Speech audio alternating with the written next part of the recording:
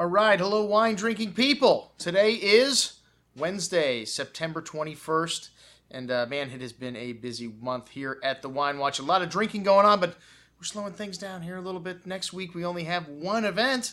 What's going on? We'll have time to get caught up on the What I Drank Yesterday portion of the show. We've got a lot of tastings and a lot of wines drank in the store here to get caught up on. I think the email we sent out today had stuff we drank like 2 weeks ago on it.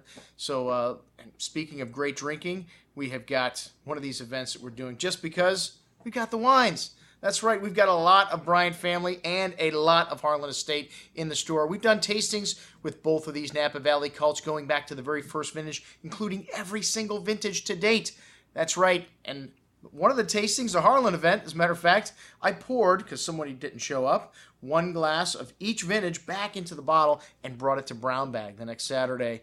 And my clue for the group was this bottle cost $10,000 to make because Harlan Estate, a little bit more expensive than Bryant family. I think on release it's $500 for Harlan Estate today and $375 for Bryant family. But you can find these wines, the older vintages, for less than the cost of the new release. You know, these cult wines have kind of slowed down in terms of their the sales, and I think you're going to see some spots opening up on the mailing list for both of these guys. They make quite a bit of wine, 1,000 cases at Bryant, 2,000 cases at Harlan Estate. Of course, that's in a great vintage, and not every year they make that much, but that's quite a bit of wine at the $350 and up price tag a bottle. That's pretty much, you know, first growth Bordeaux or Premier Grand Cru Class A Bordeaux level, the top level stuff from Bordeaux, and they make 20,000 to 30,000 cases of those wines in most cases. So, you know, the Napa Valley Cabernets, some of the greatest wines made in the world with those varietals. We're here to prove it to you tonight.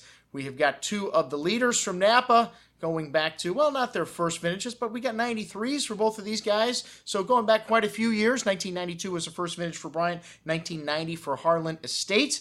But Bill Harlan and Bob Levy started this project in 1984, two of the masterminds of Napa Valley. Both of these guys were at Maryvale, made some great wines under that profile label, some of the best wines made in Napa Valley.